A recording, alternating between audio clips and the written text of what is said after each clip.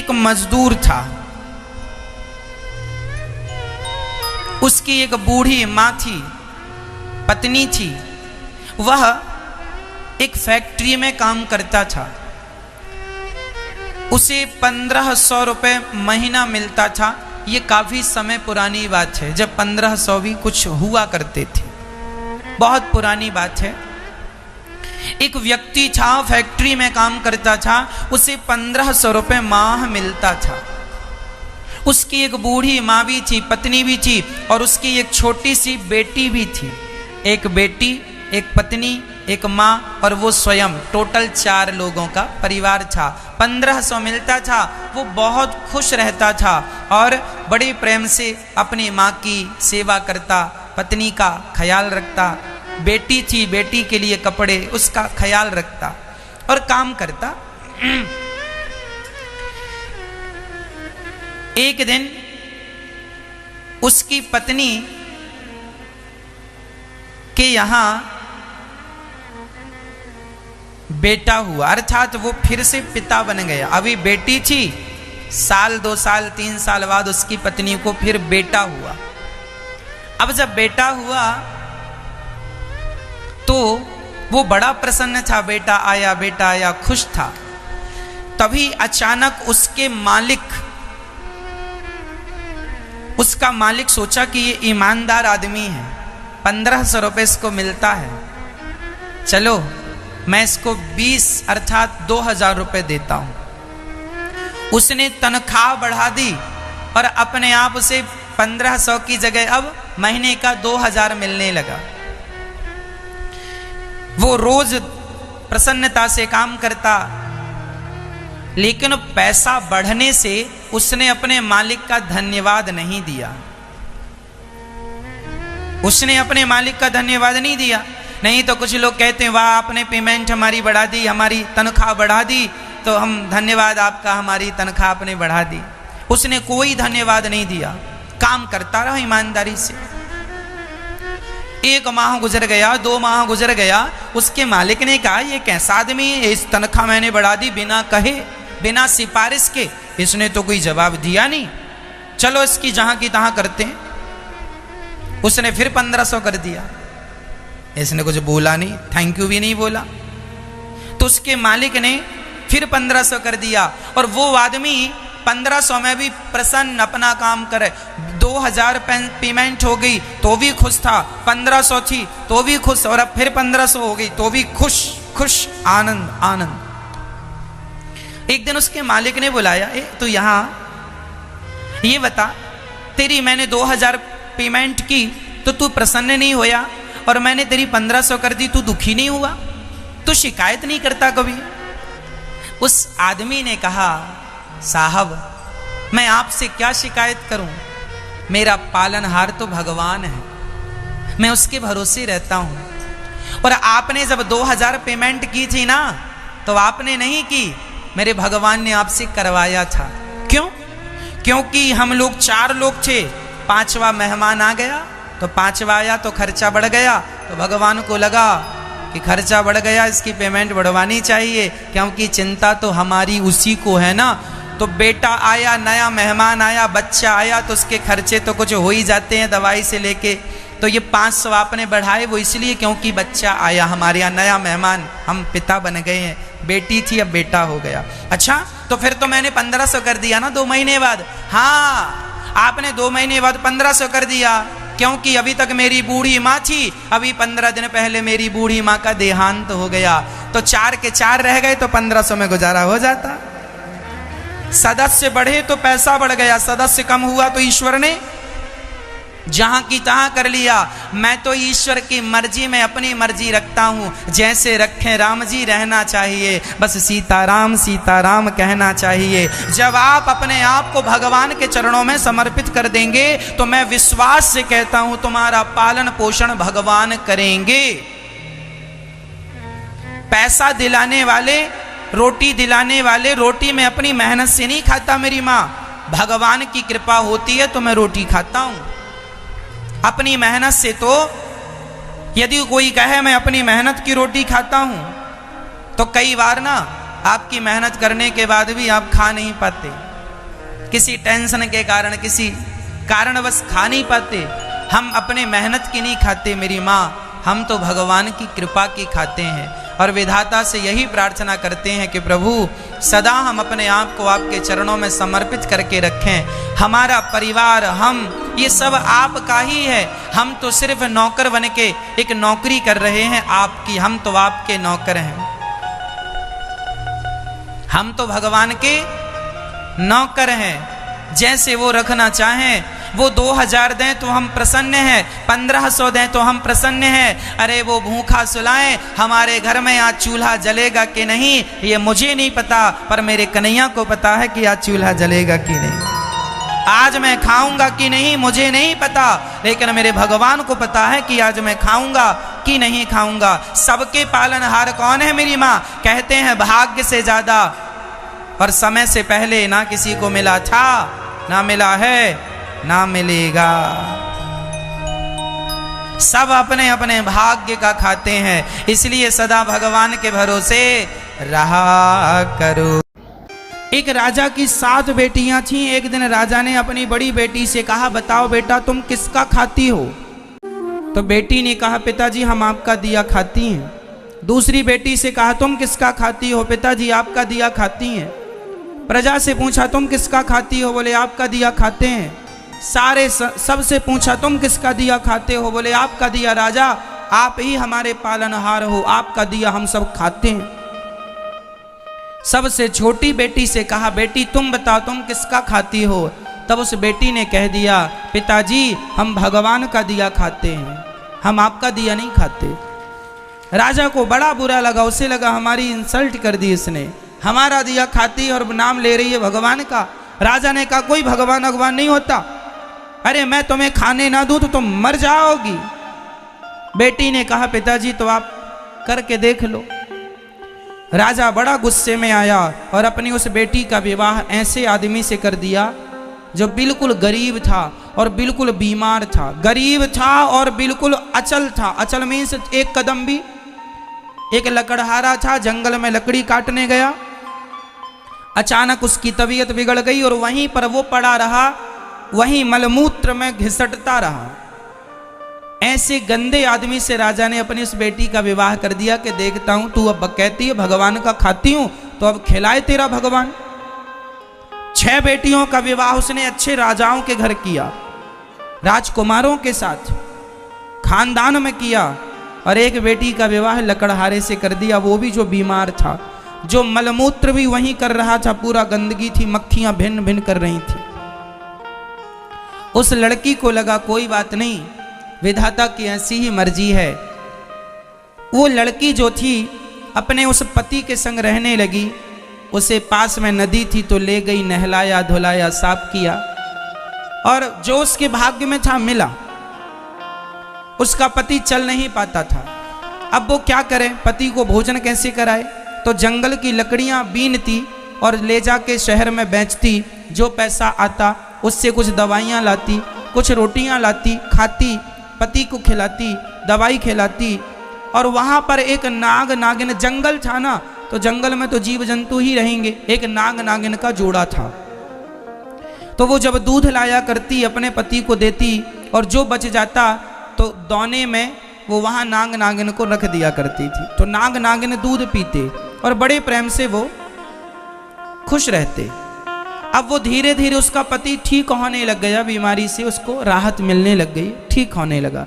एक दिन नाग ने सोचा कि ये मेरी इतनी सेवा करती है, परोपकारी भाव है, यदि इसे धन मिल जाएगा तो ये तो समाज की बहुत सेवा करेगी। तो सांप ने उसे स्वप्न में कहा कि जहां हम लोग रहते हैं वहां बहुत बड़ा खजाना गड़ा है, तुम खोद लेना। वो लड़की ने खोदना शुरू किया, उसे सच्ची का खजाना मिल गया, जिसमें बहुत सारा सोने चांदी से भरा हुआ खजाना था। वो तो लखपति हो गई। उसने एक बड़ा सा महल बनवाया, नगर बसाया, ओ बढ़िया ठाट बाट बनाया, और दोनों राजा रानी हो गए। उसका पति बिल्कुल स्वस्थ हो गया और बढ़िया राज सिंहासन पर बैठने लगे, और बड़े प्रेम से हाथी घोड़ा इकट्ठा किया और सेना इकट्ठी की, राजा हो गया, वो रानी हो गई। पर उसने परोपकार नहीं छोड़ा। रोज अन्न क्षेत्र चलाती, जो आए सबको भरपेट भोजन मिलेगा। उसके पास जरूरत से ज्यादा धन हो गया।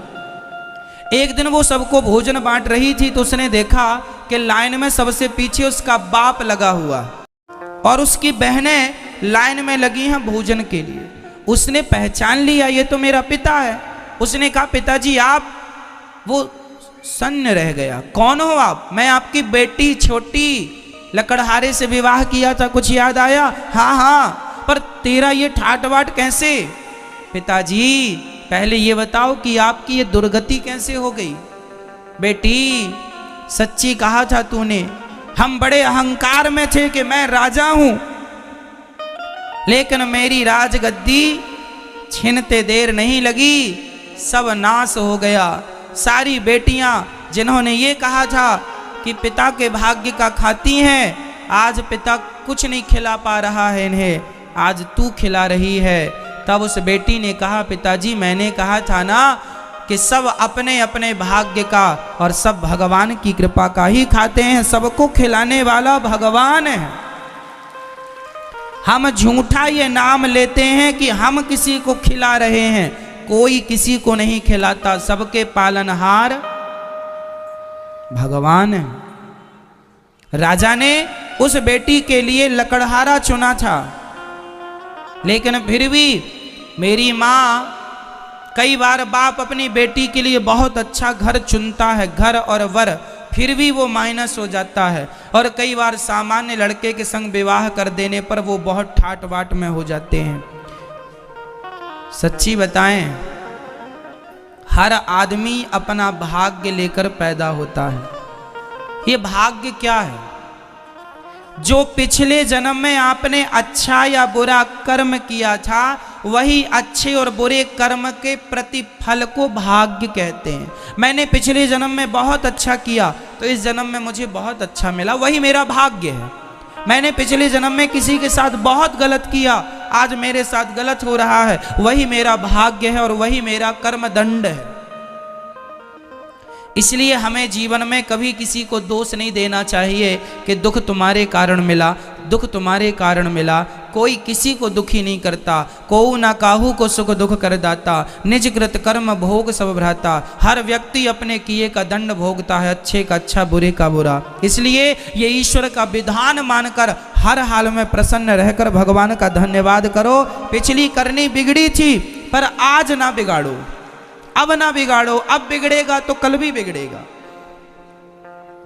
पिछला कल बिगड़ा तो वर्तमान बिगड़ा है, वर्तमान बिगाड़ोगे तो भविष्य भी बिगड़ जाएगा। इसलिए अब तो अच्छा करो, अब गलत ना करो, क्योंकि आज से ही कल है।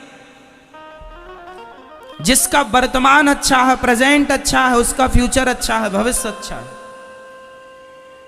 वर्तमान बिगड़ा तो भविष्य बिगड़ा। तो बताओ हम सब किसका खाते हैं मेरी मां? किसकी कृपा का? हमें भगवान ही खिला पिला रहे हैं। जहां का दाना पानी होता है, आप लोगों का वृंदावन का दाना पानी था तो आप वृंदावन आए, बिहारी जी ने बुलाया। दाने दाने में लिखा है खाने वाले का नाम। ये सब तय कौन करता है? विधाता। 2030 में मैं इस आज के दिन क्या खाऊंगा क्या नहीं खाऊंगा, ये भी फिक्स है परमात्मा की तरफ से। कहाँ खाऊंगा, कहाँ रहूंगा, कहाँ नहीं रहूंगा, ये सब तय है। पूरी प्लानिंग, पूरी हमारी कहानी लिखी हुई है। आखिरी श्वास हमें कहाँ लेना है, यह भी ईश्वर की डायरी में लिखा हुआ है। हमारी आखिरी सांस कहाँ निकलेगी, वो स्थान क्या होगा, मृत्यु का कारण क्या होगा, सब ईश्वर की डायरी में सब अभी सब कुछ है। इसलिए हमारे पालनहार भगवान ही है। इसलिए संसार के किसी व्यक्ति पे भरोसा ना करके पूर्ण विश्वास केवल भगवान पर किया जाए। हे नाथ, आप ही हमारे रक्षक हैं, आप ही हमारे पालनहार हैं। हम अहंकार ना करें कि हम खिला रहे हैं, हम दे रहे हैं, हमने ये किया, हमने वो किया। आज कुछ लोगों को हम देखते हैं वो ऐसे ऐसे चलते हैं, छाती तान के, जरा सा धन मिल जाए, जरा सा वैभव मिल जाए, आदमी एटीट्यूड पाल लेता है। थोड़ा सा आप लोगों को अहंकार तो नहीं है किसी चीज का?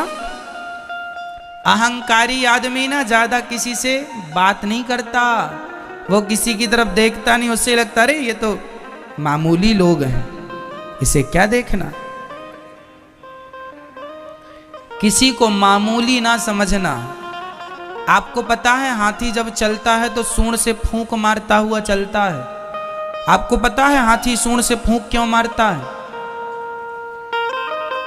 क्योंकि हाथी को चींटी से डर लगता है। हाथी किससे डरता है आपको पता है? मैया, हाथी किससे डरता है? क्यों? क्योंकि हाथी चींटी के काटने से मर जाता है। कहां? उसके सूंड से होती हुई चींटी यदि अंदर चली, सूंड उसकी होती है ना, यदि उसकी नाक से होती हुई चींटी अंदर उसके मस्तिष्क तक चली गई और उसके मस्तिष्क में चींटी ने काट दिया तो हाथी मर जाता है। जो हाथी इतना पावरफुल होता है वो एक नन्ही सी चींटी के काटने में मर जाता। पर चींटी सही जगह काटे तो, पांव आंव में काटती रहे तो कुछ नहीं, मस्तिष्क में काटेगी तो।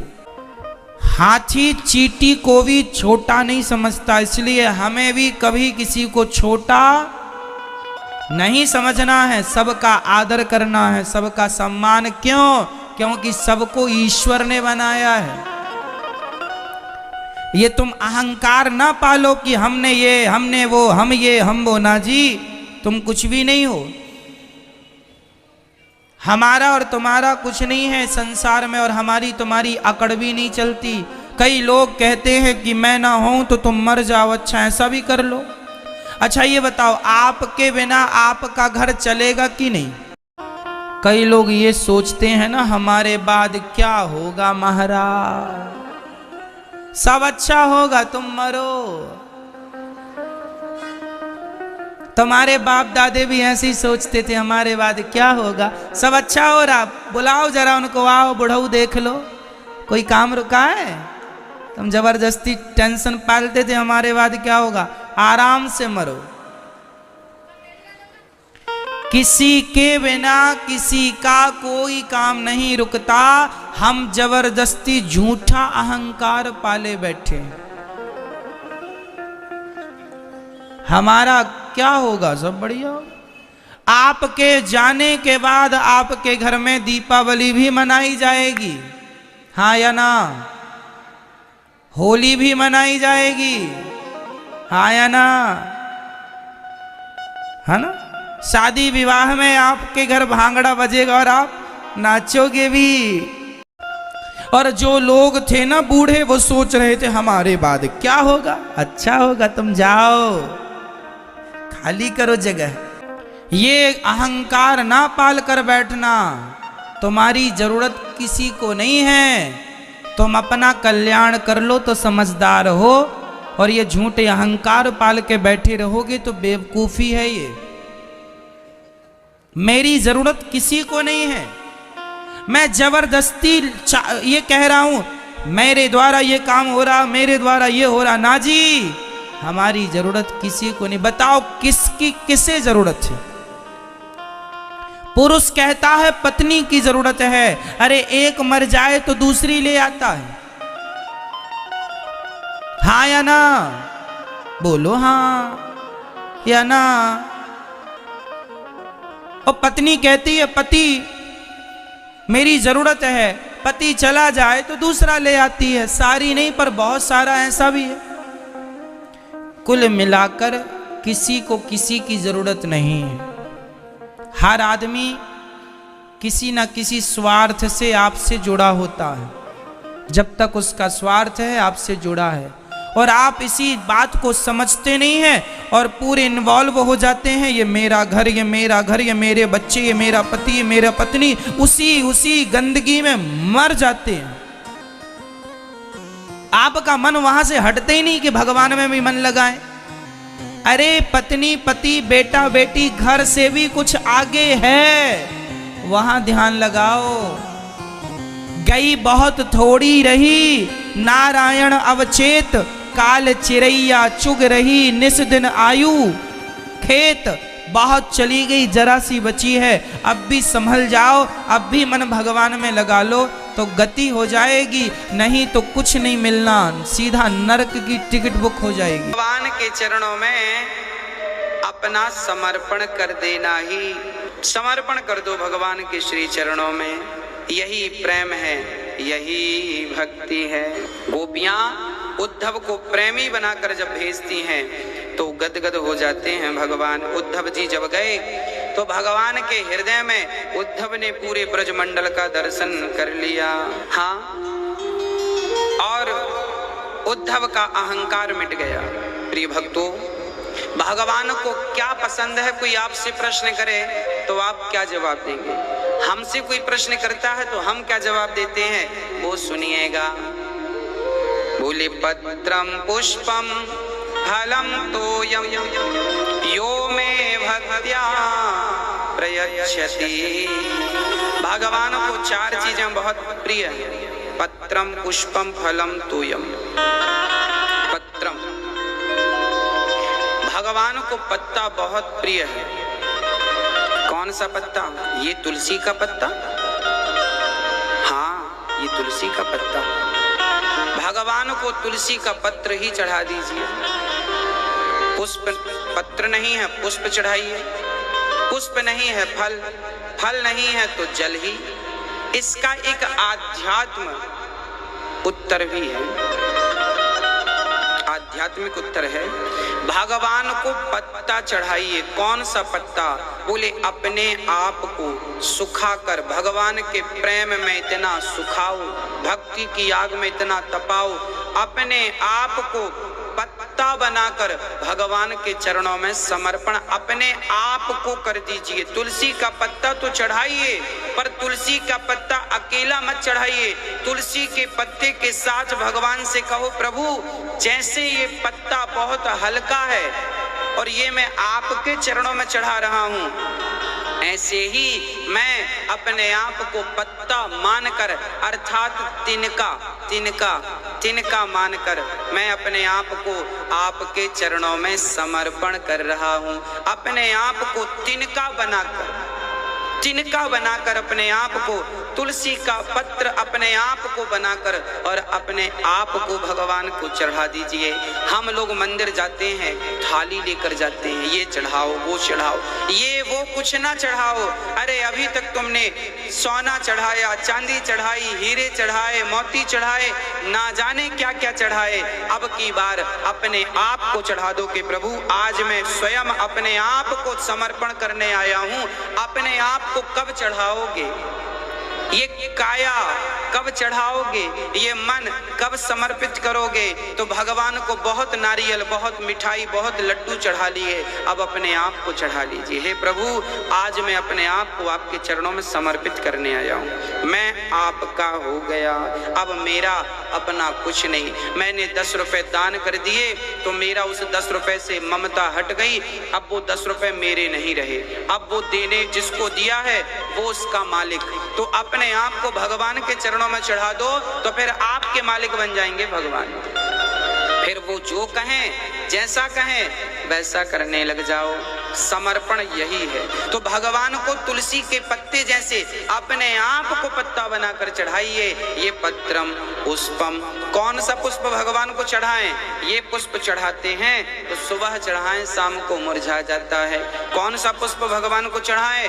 बोले भगवान को पुष्प का एक नाम है सुमन। सु मतलब सुंदर, मन मतलब मन। अपने मन को ही पुष्प बनाकर भगवान के चरणों में चढ़ा दो। यह सुमन चढ़ाना है, पुष्प चढ़ाना। पत्रम पुष्पम। तीसरा है फलम। कौन सा फल चढ़ाएं भगवान को? लोग नारियल चढ़ाते हैं, लोग मिठाई का डिब्बा बिहारी जी की तरफ फेंक देते हैं, क्या ये चढ़ाएं? ना, कौन सा फल चढ़ाएं? बोले अच्छे अच्छे कर्म करो और कर्मों का फल भगवान को कह दो, प्रभु जो भी मैंने पुण्य किया वो आपके चरणों में समर्पित। मैंने परिक्रमा लगाई वृंदावन की, परिक्रमा लगाने से जो पुण्य मिला प्रभु आपके चरणों में समर्पण। मैंने दान पुण्य जो किया, भोजन प्रसादी बांटा, जो पुण्य मिला प्रभु वो पुण्य आपके चरणों में। फल तो बहुत चढ़ाए हैं, अपने कर्मों का अच्छा अच्छा फल कब चढ़ाओगे? त्वदीयं वस्तु गोविंद तुभ्यमेव समर्पित। हे बिहारी जी, मैंने आज जो भी पुण्य किए हैं सारा पुण्य आज का मैं आपके चरणों में समर्पण कर रहा हूँ। ये पुण्य, ये अच्छे कर्म करिए और उन कर्मों का फल भगवान को चढ़ाइए। ये फल चढ़ाना है, ना कि नारियल फेंकते रहो। नारियल तुम भगवान को क्या चढ़ाओगे? तुम्हारे घर बनता थोड़ी है, पेड़ भी भगवान ने बनाया और फल भी भगवान ने बनाया, उसकी वस्तु उसको चढ़ाते हो, थोड़ी तो हमें लज्जा आनी ही चाहिए। हाँ, पर हम एक सज्जन बोले हम 11 किलो लड्डू चढ़ाएंगे भगवान को, तो तुम नहीं चढ़ाओगे तो भगवान लड्डू खाएंगे नहीं क्या? अरे भाई, ये तुच्छ सी चीजें क्या चढ़ाते हो? भगवान के सामने सोने चांदी की क्या कीमत है बताओ तो सही। लड्डू में मिठास गन्ने से आई, गन्ना से शक्कर बनी। अब वो गन्ने में मिठास किसने डाली है? गन्ने को मीठा तुमने बनाया या हमने बना दिया, या कोई वैज्ञानिक गए थे उसमें रस भरने? अरे गन्ने में मिठास डालने वाला वही तो है जिसे तुम मिठाई चढ़ा रहे हो। क्या चढ़ाओगे उसे तुम? इसलिए मिठाई चढ़ानी है, मिठास चढ़ानी है तो अपने अच्छे कर्मों की, स्वभाव की मिठास चढ़ाइए। हाँ, मधुर वाणी की मिठास चढ़ाइए, प्रेम की मिठास चढ़ाइए। भगवान को चढ़ाना ही है तो अपने आप को समर्पित, कर्मों का फल। और आखिरी में है जल, पत्रम पुष्पम फलम तोयम। तोयम मीन्स जल। जल, ये जल कौन सा? 1 लोटा जल चढ़ाओ, क्या ये जल? ना, भगवान के प्रेम में आप रोइए, भगवान से इतना प्रेम कीजिए, इतना प्रेम कीजिए भगवान से कि आंखों से आंसू निकलें और वो आंसू ही भगवान के चरणों में चढ़ जाएं। यही जल चढ़ाना है, नेत्रों का जल भगवान को चढ़ाइए। यही है प्रेम, यही है समर्पण। तो भगवान, सुंदर सी ये गोपियों की सुंदर सी चर्चा आपने सुनी। अब चलते हैं आगे। भगवान श्री कृष्ण का रुक्मणी से कल विवाह आपने सुना। दूसरा भगवान का विवाह रुक्मणी से तो हुआ, रुक्मणी जी के पुत्र हुए प्रद्युम्न। प्रद्युम्न का हरण सम्रासुर ने किया।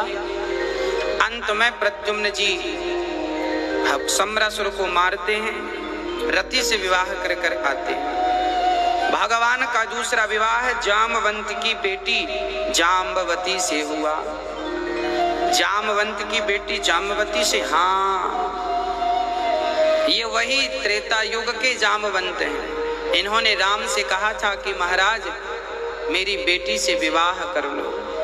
भगवान बोले अभी तो एक ही पत्नी का संकल्प ले चुका हूँ, पर अगला जन्म होगा कृष्ण का, तब मैं आपकी बेटी से विवाह करूंगा। जामवंत जी बोले तब तक तो मेरी बेटी बुढ़ी हो जाएगी। तब भगवान ने कहा कि आप पर और आपकी बेटी पर काल का कोई प्रभाव नहीं पड़ेगा। जैसे आप आज हैं कल भी वैसे ही आप रहेंगे।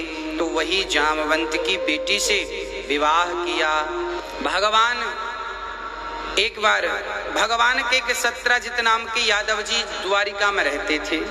उनके पास एक मणि थी, भगवान सूर्य ने दी।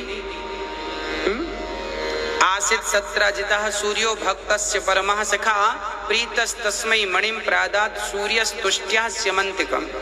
स्यमंतक मणि सूर्य भगवान ने प्रदान की। वो मणि इतनी चमत्कारी थी कि 100 किलो सोना रोज देती थी लगभग। अब इतना सोना पाकर बड़े गदगद हो गए सत्यजित जी। एक दिन भगवान के पास चले गए कि देखो मैं भी धनवान हूँ, कम नहीं हूँ आपसे। कई बार हम अपने धन का प्रदर्शन करते हैं, लोगों से कहते फिरते हैं कि तुम्हारे पास कितना है, हमें देखो हमारे पास तो तुमसे ज्यादा है। अरे भाई, कागज के टुकड़ों से कोई धनवान नहीं होता। जिसके पास राम नाम की पूंजी है उसी को आप धनवान मानो, उसी को आप धनवान जानो। प्रिय भक्तों, सत्राजित जी महाराज से भगवान ने मणि मांगी। सत्राजित ने देने से इनकार, ना हाँ करी ना करी, चलते बने वहां से। एक बार सत्राजित के भाई प्रसेन मणि पहनकर जंगल गए और उनके भाई को शेर ने मार डाला। शेर को जामवंत ने, और वही मणि जामवंत जी अपनी कुटिया पर ले गए। अब भगवान को सत्राजित ने कलंकित कर दिया। देखो, कृष्ण ने मणि हमसे मांगी थी, हमने नहीं दी, लगता है हमारे भाई को मारकर मणि चुरा ली। कृष्ण भगवान को चोरी का आरोप लगा दिया। सत्राजित ने कलंक लगा दिया। कहते हैं भगवान को कलंक क्यों लगा? क्योंकि भगवान ने एक बार गणेश चतुर्थी का दर्शन कर लिया था। जो गणेश चतुर्थी को देखता है,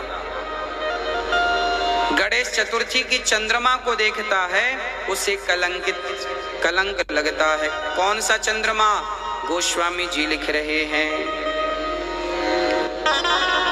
जो आपन चाहे कल्याणा, सुजसु सुमति शुभ गति सुख नाना, सुपर नारी लीलार गोसाई, चौथ के चंद्र गिनाई। जो स्त्री अपना कल्याण चाहती है वो पराये पुरुष को ना देखे, और जो पुरुष अपना कल्याण चाहता है पराई नारी को ना देखे। ऐसा भागवत में और रामचरितमानस में हमारे ऋषि मुनि लिख रहे हैं। पुरुष के लिए पराई नारी त्याज्य। इस संसार में भगवान के भजन में सबसे बड़ी बाधा क्या है? इस संसार में भगवान के भजन में सबसे बड़ी बाधा है पराई नारी, पर स्त्री। जो पुरुष पराई नारी को देखता है वो भजन से च्युत हो जाता है। हाँ, इसलिए चाहिए कि पराई नारी को पुरुष कभी ना देखे। बड़ी है आपसे उम्र में स्त्री तो अपनी माँ की तरह देखना कि ये तुम्हारी माँ है। बराबर की है तो बहन की तरह देखना, छोटी है तो बेटी की तरह देख लेना। कभी भी पराई नारी पर कुदृष्टि मत डालना, नहीं तो नाश हो जाएगा। रावण ने पराई नारी को स्पर्श किया, अपनी नगरी में उसकी मर्जी के बिना लाया, तो क्या परिणाम हुआ?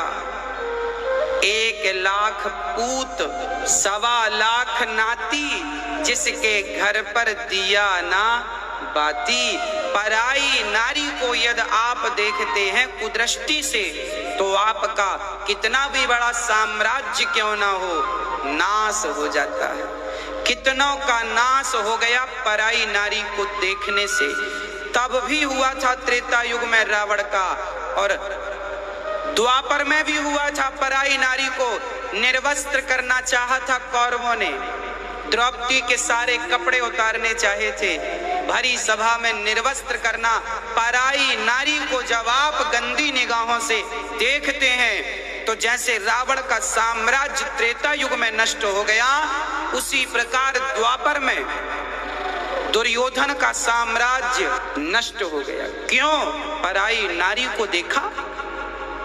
और इस कलयुग में भी कितनों को आपने देखा होगा कि पराई नारी पर दृष्टि डालने से उनका नाश हो गया, सब कुछ समाप्त हो गया। इसलिए आपसे प्रार्थना है, अपने चरित्र का निर्माण कीजिए, अपने आप पर कंट्रोल रखिए। और ये शिक्षा माँ बाप अपने बच्चों को दें, अपनी बेटियों को दें, अपने बेटों को दें। और पुरुषों को ये शिक्षा लेनी चाहिए कि आप मर्यादित रहें, अपने चरित्र को ना बिगाड़ें। चरित्र बिगड़ गया तो फिर सुधर नहीं सकता। संसार में हर चीज शायद पैसों से खरीदी जाती हो, पर पैसों से चरित्र तो नहीं खरीदा जा सकता। इसलिए आप सभी अपने चरित्र का निर्माण करें और चरित्र की रक्षा करें, स्वयं रक्षा करें। पराई नारी जहर के समान है, विष है विष। जहर खाने वाला शायद बच जाए, पर पराई नारी को देखने वाला बच नहीं सकता। इसलिए पुरुषों को बहुत सावधान रहना चाहिए। नारियों से सावधान, पराई स्त्री से, और स्त्रियों को भी पराये पुरुष से सावधान। स्त्रियों पर, पुरुषों पर नारियां पराये पुरुष पर कुदृष्टि न डालें, नहीं तो आपका 7 जन्म तक घर बसेगा नहीं। ईश्वर के घर देर हो सकती है, अंधेर नहीं हो सकती। आजकल पढ़े लिखे बच्चे, कॉलेज पढ़ने वाले स्टूडेंट, विद्यार्थी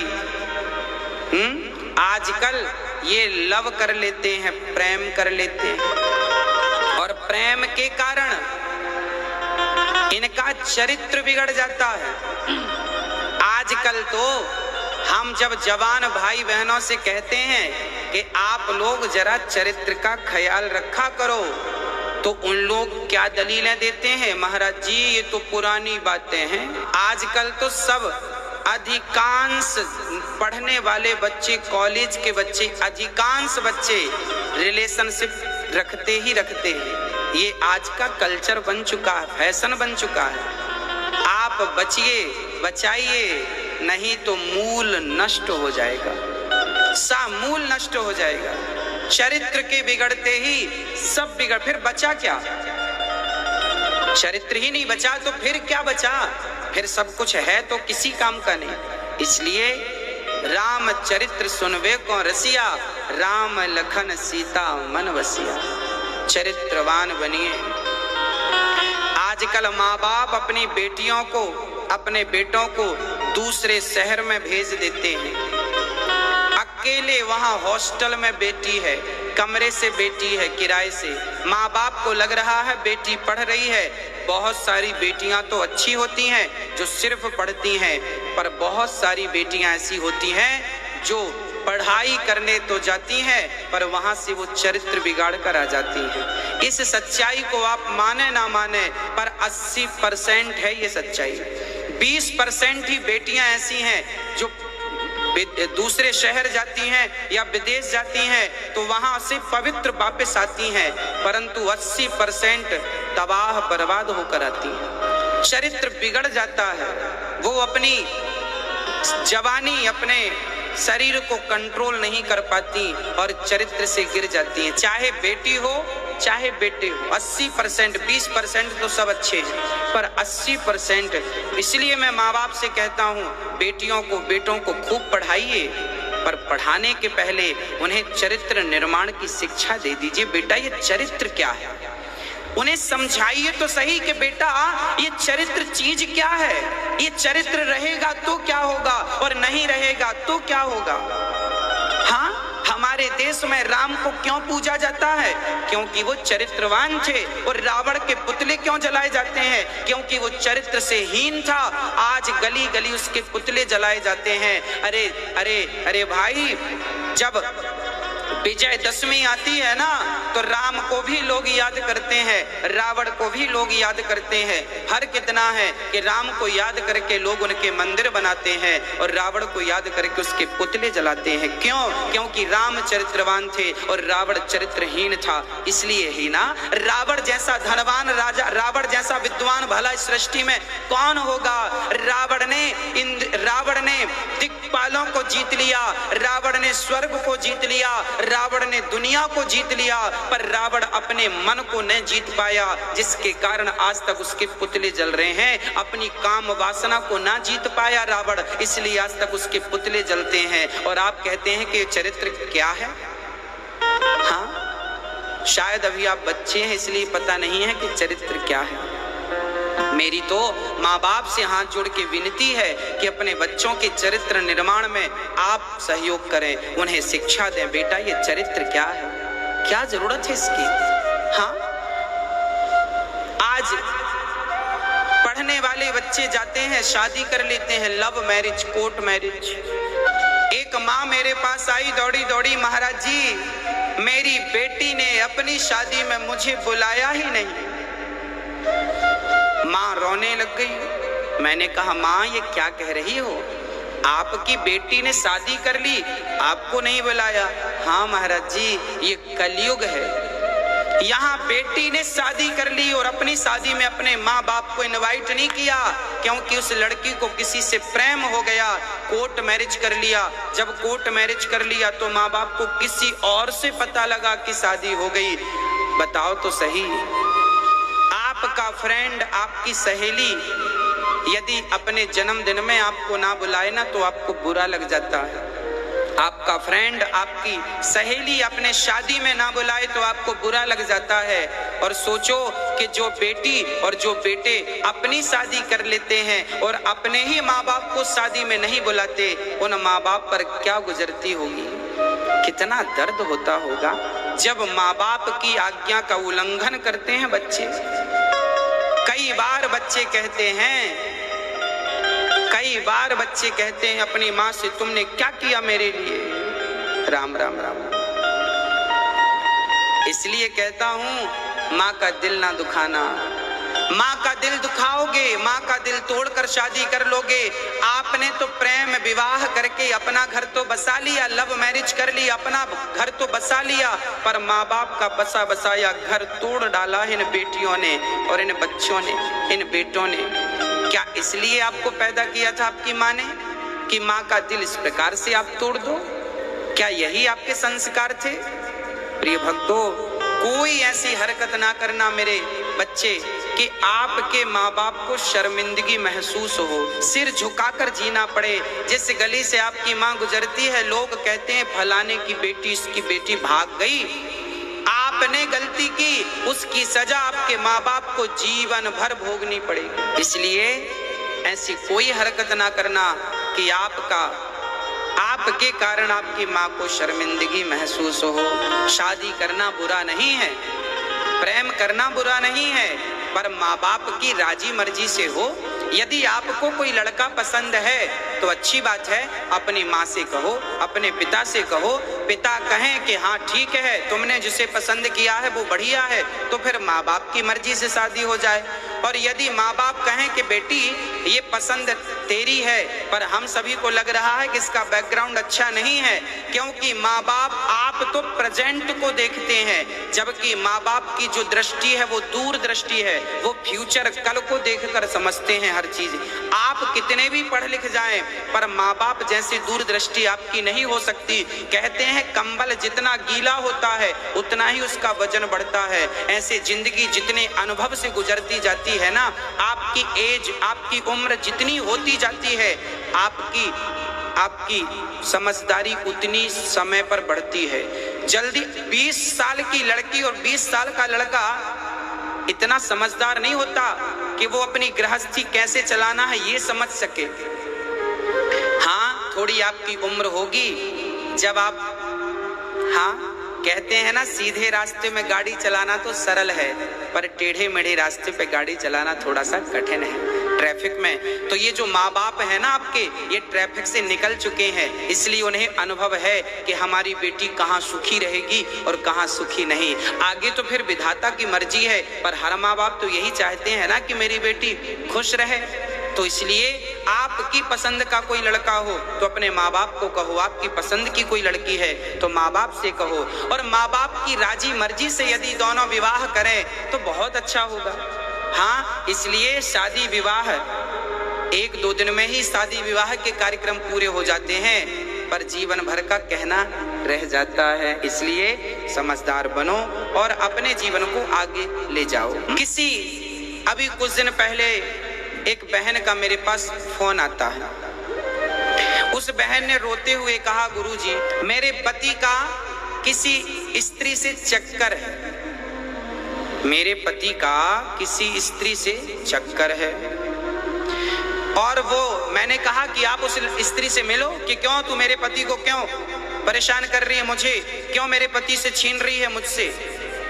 उस लड़की ने कहा, गुरुजी मैं उस स्त्री से मिलने गई, उस लड़की से मिलने गई कि तू मेरा घर क्यों बर्बाद कर रही है, मेरा बसा बसाया घर है, मेरा एक बच्चा है, तू मेरे पति को अपने प्रेम के जाल में फंसाई है।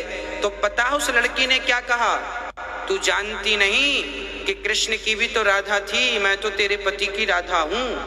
अब कई लोग ना ऐसी दलीलें देते हैं, कई लोग ऐसी दलीलें कि हम तो तुम्हारे कृष्ण हैं, हम तो तुम्हारी राधा हैं। अरे राम राम राम, तुम इस गंदे रिश्ते के लिए भगवान को ले रहे हो। कहाँ राधा और कृष्ण का प्रेम निश्चल और कहाँ तुम्हारी गंदी वासना। नरक जाओगे यदि भगवान की इस प्रकार से दलील उल्टी सीधी दी तो। भगवान कृष्ण और राधा ये केवल प्रेमी नहीं, पति पत्नी भी है। आपको स्मरण करा दूं, राधा का श्री कृष्ण से विवाह हुआ है, गर्गाचार्य जी ने कराया है, अब ब्रह्मा जी ने कराया है, गर्गाचार्य जी ने गर्ग संहिता में लिखा है, भांडीव वन में हुआ है, आज भी इसके प्रमाण हैं। राधा कृष्ण से प्रेम करती थी और वो कृष्ण की पत्नी थी। हाँ, किसी पुरुष से यूं ही प्रेम कर लो और नाम दे दो कि हम तो तुम्हारी राधा हैं, कृष्ण की भी तो राधा थी, घोर नरक जाओगी और करोड़ों साल तक नाली का कीड़ा बनोगी। यही तुम्हारे पाप का प्रायश्चित होगा। इसलिए अपनी पत्नी में खुश रहो, अपने पति में खुश रहो और किसी का घर ना बिगाड़ो, नहीं तो विधाता देख रहा है, उससे कुछ छिपा नहीं। 7 जन्मों तक तुम्हारा घर बसेगा नहीं यदि तुमने किसी के बसे बसाए घर की ओर दृष्टि डाली तो। एक गांव में एक वैश्या आ गई, गांव के बच्चों को, गांव के लोगों को दूषित करने लग गई। गांव वालों ने एक महात्मा जी को पकड़ा, महात्मा जी गांव में सारे लोगों को ये वैश्या बिगाड़ रही है, आप कृपा करो। संत बोले ठीक है। संत उसकी कुटिया के सामने अपना कुटिया बनाकर सवेरे से कीर्तन करने लग गए, सीताराम सीताराम, राधे श्याम राधे श्याम राधे श्याम। अब वो वैश्या सवेरे से जब राम नाम सुनती तो बड़ी डिस्टर्ब रहने लगी। उसके जो ग्राहक थे बाबा जी की कुटिया पे आने लग गए और सब भजन करने लग गए, सब सुधरने लग गए। वैश्या को लगा बाबा तो मेरा धंधा चौपट कर देगा, तो वैश्या ने अपने यारों से कहा जाओ जरा बाबा की कुटिया पर आग लगा दो। वैश्या के यारों ने जाकर बाबा की कुटिया पर आग लगाई, कुटिया धू धू करके जलने लग गई। महात्मा जी बाहर खड़े थे, तभी परमात्मा का निर्णय देखना, जब बाबा जी की कुटिया पर आग लगी तो भगवान ने थोड़ी सी हवा चला दी और जब हवा चली तो आग उड़ उड़ के वैश्या के घर पर आने लगी और देखते ही देखते वैश्या का घर जलने लगा। वैश्या दौड़ी दौड़ी आई, महात्मा जी आपने हमारा घर जला दिया। महात्मा ने कहा देवी मैंने तेरा घर नहीं जलाया, तेरे यार ने मेरा घर जलाया, तो मेरे यार ने तेरा घर जला दिया, हिसाब बराबर हो गया। जब आप किसी दूसरे का बिगाड़ते हैं तो ये मत भूल जाइएगा कि आपने किसी का थोड़ा बिगाड़ा तो परमात्मा देख रहा, अच्छा तुम उसका बिगाड़ रहे हो, अब देखो तुम्हारा क्या होता है। किसी का बुरा करके आपका भला कभी हुआ नहीं और हो नहीं सकता, ये गलतफहमी निकाल दीजिएगा। इसलिए अपनी पत्नी में खुश, अपने बच्चों में खुश, अपनी कमाई में खुश, अपने पति में खुश, अपने परिवार में खुश रहो। यहाँ वहाँ ताक झांक करने की आपको बिल्कुल आवश्यकता नहीं है, नहीं तो परमात्मा जो दंड देगा बहुत कठिन होगा। हाँ, और सदा मैं अपने बच्चों से कहूंगा कि अपने माँ बाप की सेवा करते रहिएगा, माँ का दिल ना दुखाइएगा, कभी भी माँ को तकलीफ मत पहुंचाइएगा, क्योंकि पोस कर बच्चों को बड़ा करती है और कितना लाड़ प्यार करती है बच्चों से। और वही बच्चे जब दिल तोड़ देते हैं ना तो बड़ा कष्ट उठाना पड़ता है। प्रिय भक्तों, माँ बाप से बढ़कर ना कोई तीर्थ होते हैं, ना माँ से बड़ा कोई भगवान होता है। हाँ, कभी समय मिले आपको, हाँ, मैं आपसे एक छोटा सा प्रश्न कर रहा हूं। मंदिर में जो भगवान बैठते हैं ना,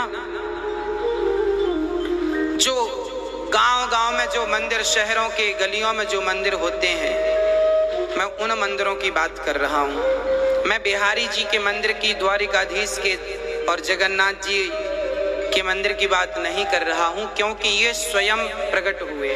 अधिकांश मंदिरों में जो मूर्तियां होती हैं उन्हें किसी इंसान के द्वारा बनाया जाता है, अर्थात भगवान को किसी इंसान ने बनाया है। परंतु आपकी जो माँ है ना, उसे किसी इंसान ने नहीं, स्वयं भगवान ने बनाया। आज पूज्य श्री अनिरुद्धाचार्य जी महाराज ने हम सभी लोगों को बहुत ही उत्तम एवं शिक्षाप्रद कथा सुनाई है। आशा करता हूं कि इस शिक्षाप्रद कथा से हम सभी लोग कुछ न कुछ शिक्षा अवश्य ग्रहण करेंगे और अपने जीवन को सुखी और सात्विक बनाने का प्रयास करेंगे। मित्रों, अगर आपको यह शिक्षाप्रद कथा पसंद आई हो तो वीडियो को लाइक करें और अधिक से अधिक लोगों को शेयर भी करें, जिससे और भी लोग महाराज जी की इस शिक्षाप्रद कथा से शिक्षा लेकर अपने जीवन को सुखी बना सकें। मित्रों, अगर आपने अभी तक हमारे चैनल को सब्सक्राइब नहीं किया है तो हमारे चैनल को तुरंत सब्सक्राइब भी कर लें, जिससे आपको नोटिफिकेशन के माध्यम से महाराज जी के शिक्षाप्रद कथा तुरंत प्राप्त हो सकें। मित्रों, तो कल फिर किसी शिक्षाप्रद कथा के साथ आप लोगों के समक्ष प्रस्तुत होंगे। तब तक के लिए जय श्री राधे।